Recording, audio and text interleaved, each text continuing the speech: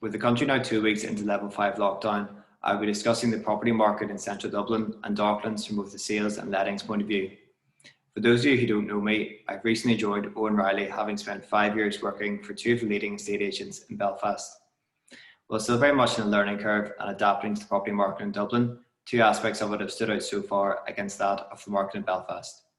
Firstly, to operate as an estate agent in Dublin, whether it be from a sales or lettings point of view, a licence is required from the Property Services Regulatory Authority, and this is based on study or relevant experience.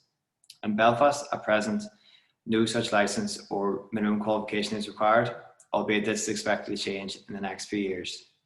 Secondly, upon agreeing a property for sale in Dublin, a €10,000 deposit is typically taken. In Belfast, in contrast, other than in the case of new homes, no such deposit is required. I'm definitely in favour of taking a deposit upon agreeing a sale, albeit refundable, as it does give both vendor and purchaser a sense of security and confidence in moving forward with the transaction. Prior to lockdown, inquiry levels were strong in terms of both sales and lettings, and I'm delighted to say this has continued post-lockdown.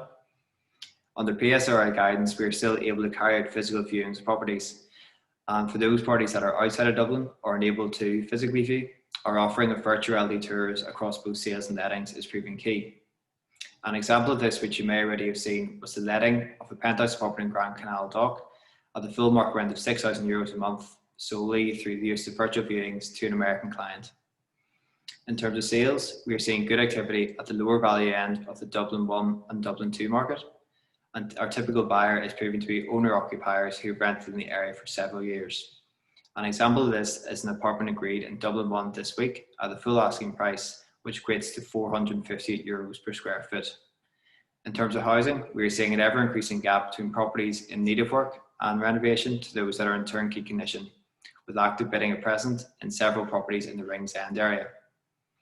In terms of rentals, the market in 2020 continues to be challenging and ever more tenant-driven, and this is shown in our Q3 results, which said that between March and September, rents have fallen by 11.7%, and we're seeing that continue.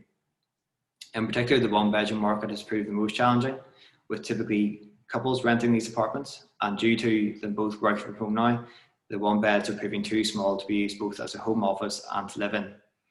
Despite this, with the news of Google asking their staff to return to Dublin late this year and into early next year, we do expect the market to stabilise and help the rental prices going forward. For those of you still listening, thank you. I hope you have a great day. For anything I can help with, please get in touch.